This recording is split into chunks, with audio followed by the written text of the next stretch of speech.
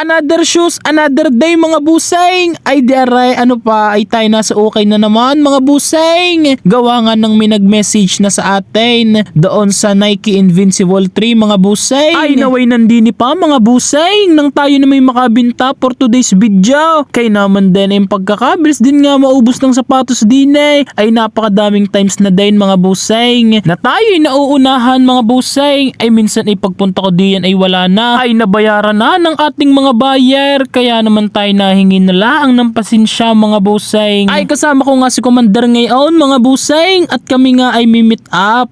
Ay di aray at kami lumarga na ni buseng. Ay di kami paparnipaw sa may Catalina mga buseng at ang nakabili nga ng isa nating sapatos ay sundalaw. Tapos yung isa naman ay meet upin natin din ay sa may kanto ng mataas na kahoy mga buseng. Kaya naman aray at kami samahan ninyo sa aming destinasyon for today's video mga buseng. Ay si Commander ay galang-galang ngayon kaya kami bahala na kung sa kami mapadpad ngayon after ng meet up na aray mga buseng. Ay di after ng napakahabang traffic na naman sa Lipa mga buseng ay nandini na tayo sa Catalina mga buseng. Nga pala ay di na ako pumasok sa Fernando Air Base nung ako'y high school mga buseng. Ay tanda ko yung mga lugar na iyan. Ay di yan nagsusuntukan yung aking mga kaklase. Walang joy yan ang favorite na spot ng mga estudyante ng Fernando noon mga buseng. Ay ang pagsahaba naman ay ng aming nilalakad bago makapasok sa school. Kaya ako'y laging absent noon mga buseng. Ay deri po at nandito na yung ating buyer mga buseng. Ay habang kami ngayon nagkikwentuhan ay talagang napapahanga tayo mga buseng. At ang ating ng buyer ay nagtatriathlon mga buseng. Ay gaano kahirap ang sports na iyon. Ay running, swimming at biking iyon mga buseng. Ay parang di ko kaya ata iyon mga buseng. Ay sa sobrang curious ko mga buseng ay natanong ko na rin yung mga ginagamit niyang sapatos for running. Ay meron nga daw si bossing na Alpha Fly and Vaporfly. Ay sana all ay talaga namang napakasolid ng mga gayong sapatos mga buseng. Ay di after po ng aming kwentuhan ay di rin mga buseng at tutuloy naman tayo din sa may kanto ng mataas na kahoy. At ang ating buyer ay from San Jose Batangas pa. Ay ang meet up po sana namin ay dini sa may Lasal. Ay kaso nagsend sa atin ng picture yung ating buyer at parang nakabike laang mga buseng. Kaya naman sabi ko ay dini na laang sa may kanto ng mataas na kahoy para malapit-lapit yung kanyang babaykain mga buseng. Ay dari nga po at sabi ko sa ating buyer ay i-check muna yung pair. Ay kaso yung mahihayin na tayong ating buyer mga buseng. Pero sa akin kasi ay mas gusto ko talaga mga buseng na chinecheck muna yung pair bago kunin para naman makita rin niya talaga yung total condition ng sapatos. Ay wala namang problema sa atin kung hindi kunin. Ang mahalaga ay maging honest tayo sa issue ng sapatos. Ay dari mga buseng at kami napadpad din sa may San Jose Batangas. Ay ang pagkadami atang ganap ngayon ay para magpepesta nga daw kaya napakadaming tinda din ay di ititreat muna namin ni Commander ang aming mga sarili. Ay tayo na may nakabinta for today's video. Ay di yawn at kami kakain muna din ng masarap-sarap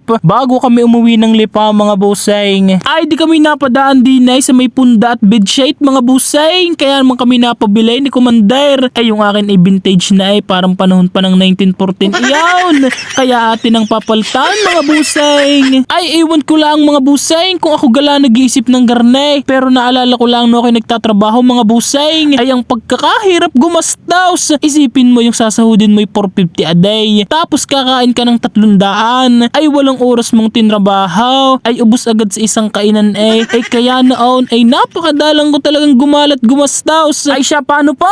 Hanggang sa susunod na lang ulit mga bossing. Thank you for watching and ingat po kayong palagi.